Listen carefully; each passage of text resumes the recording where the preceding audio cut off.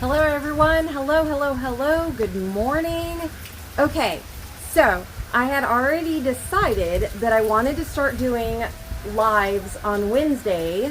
Just a little glance into Aislynn's world. I thought that might be fun to see what we can come up with, all the things going on in Aislynn's world. Not necessarily gardening, but just a lot of life things that are going on. That being said, this morning I told Joe, I was like, well, I was going to start it on Wednesday. I was going to start doing it on Wednesdays. And I was thinking that I'll just kind of be whatever I'm thinking about that day. Well, this morning I got all like silly and I was like, and now I think the thing that we need to talk about is I will survive, because here in South Texas, and probably all over the world, if that matters, all over the country, but certainly here in South Texas, we have been dealing with a little bit of everything. We are in kind of a survival instinct down here. I mean, let's see, whether it's a hurricane, a flood, a drought, a water boil, you name it, a freeze. It seems that we are dealing with all kinds of things down here. So today, I have a lot of people that are asking me about the flooding in their area, the flooding in my yard. I'm actually in two places right now in terms of managing or looking at what's happening with the rain, because of course we're here in town, and then also out at the farm checking on things and make sure things are going okay out there. And of course I've got all the gardens and everything like that.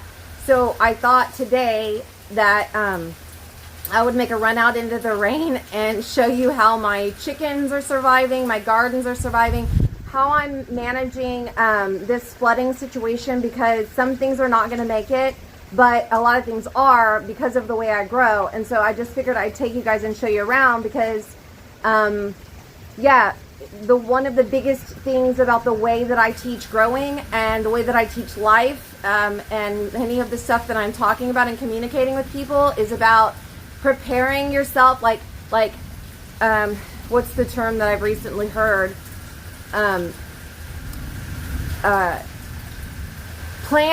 Plan for the best, prepare for the worst, right?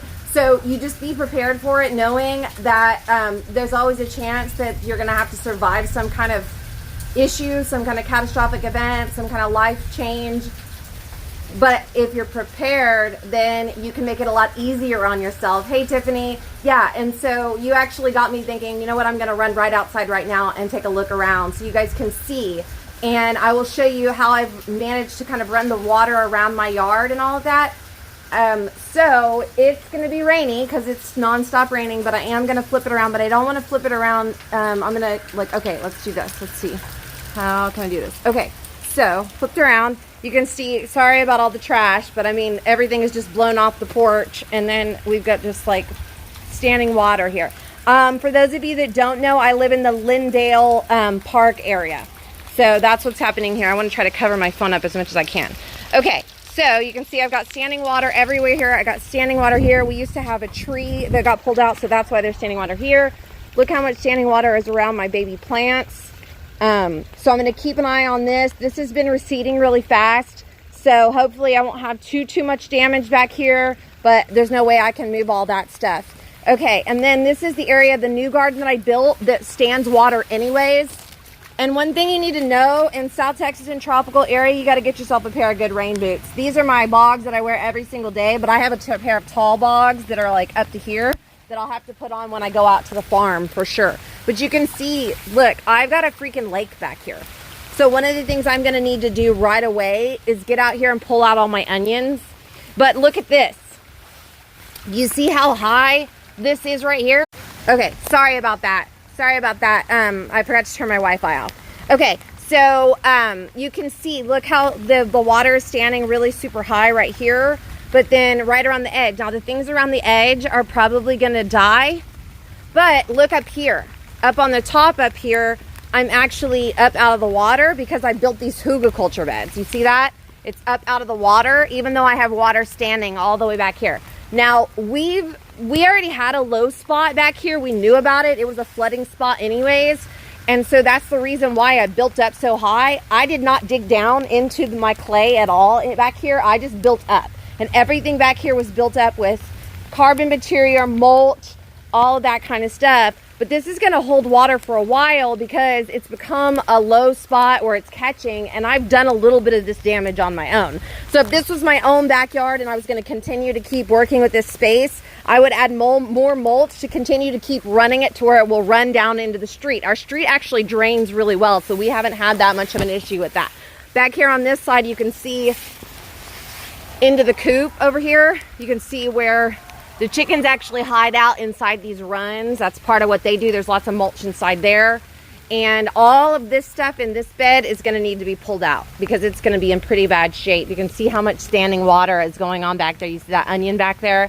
It's about to be a goner. I'm going to grab it out of there right now as we speak. That's kind of gross, actually. Okay, so now I'm going to go back over here. Ooh, it's a jungle out here. Okay.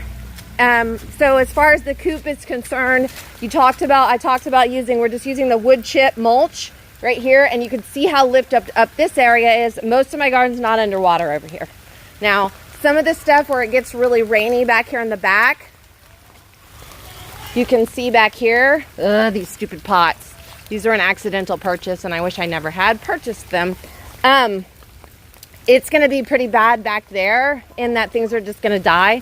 That squash that I had growing back there, I knew it was going to die. It just gets too wet in this section right here, but you can kind of see this would have been underwater last season before we got another run at it, before we got another big portion of mulch. But then we mulched this area and then we mulched the coop again, so you can see that I have no concern about what's happening in this coop right now because they're going to get in here and they're going to love it after it starts to dry out a little bit. But we do not have any standing water really in here at all.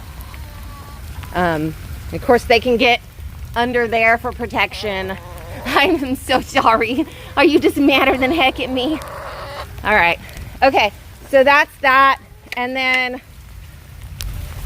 that's pretty much what's happening out here. But you can see that over here where I built this new hugelkultur bed, it's up off the ground. There's no water. I don't have issues with water in here standing in the back there. Does that make sense? Okay, my phone is getting super wet, so I want to go back up here on the porch. Ah! Okay, let me see if I can do anything with what's going on here. Excuse my dirty porch. Ooh, goodness.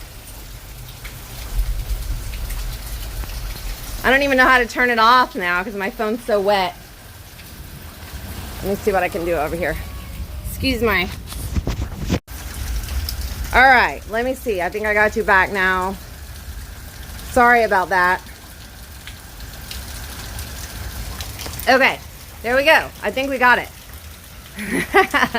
I'm so glad you guys are all still here with me. Sorry about that confusion there. My phone got super wet and I couldn't even get my fingers to swipe on anything. Okay, so you can pretty much see, and one of the things that's been beneficial to us, like I mentioned before, we live in the Lindale area, and we actually don't own this house. We rented it, so the landlord of this house put in French drains in the back here because this yard used to flood so bad. And so the French drains do help a lot with moving the water. And then if you look at our front porch, let's see if I can get around there really. I think I can if I go this way. I'm gonna flip it around like that. Oof, water standing. Water standing.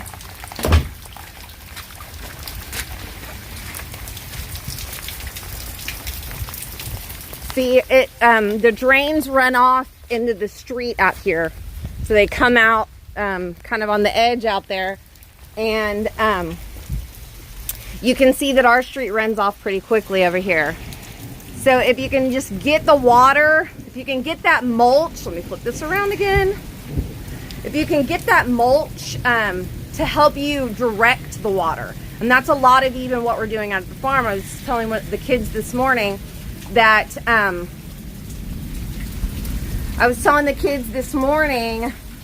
that the way that the water works at the farm, we've done a lot of work to actually move the water. It kind of goes down along where my gardens are in the front, and then around the back one side of the farm, and down kind of a gully, and then it can drop off into the tank, and then anything that doesn't go into the tank can actually keep going down the back of the pasture and the gully and then into the drainage ditches to the very back of the 10 acres. So there's a little bit of the ability to move water, but if you begin to look at your property and begin to understand where the water stands, then you can help move the water. And if you can move the water in a way that holds as much water on your land, then you've done a good job. So that's the reason why, instead of just encouraging people to put a bunch of soil on their land or to go get a bunch of topsoil or some more clay, is to because if you do that, what ends up happening is you just send your water, all your water, away.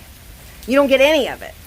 But if you create situations like ponds, if you have enough property to create situations where you have like ponds, and then if you do a lot of carbon material like mulch on your land, then you hold some of that water that you will need later on, because this is how it works down here in our region, is we have drought, flood, drought, flood. So we're in that time of the year when we want to collect and keep as much water on our land as we possibly can, but we also don't want our plants down in the water, and we also don't want so much water up around our house that we're getting water inside of our house, right?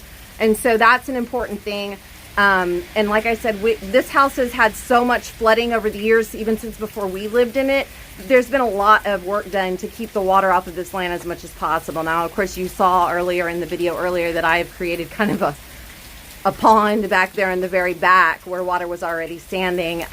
But I've done a great amount of work on the property and on the gardens to get my gardens up out of the water, so that even if there is water standing back there, the stuff that's up on top of those beds is actually still thriving. And then what will happen is, because those beds are not filled with just heavy clay, muddy, gross clay, and it's filled with this nice organic material and a lot of logs and tree trimmings and things like that, it'll actually absorb that water, and it will hold the water inside the mound, and then that will help to feed your plants later on. So I'm going to be able to go a very long time without watering my gardens back there, because there's going to be so much moisture in those gardens. Now, the other thing that's going to happen is that we're going to have to face the fact that we are going to have a ridiculous amount of pests and pathogens after this. If you thought it was bad last week, it's only going to get worse. So a lot of your tomato plants are going to get blight. A lot of your squash is going to get powdery mildew, a lot of that kind of stuff. So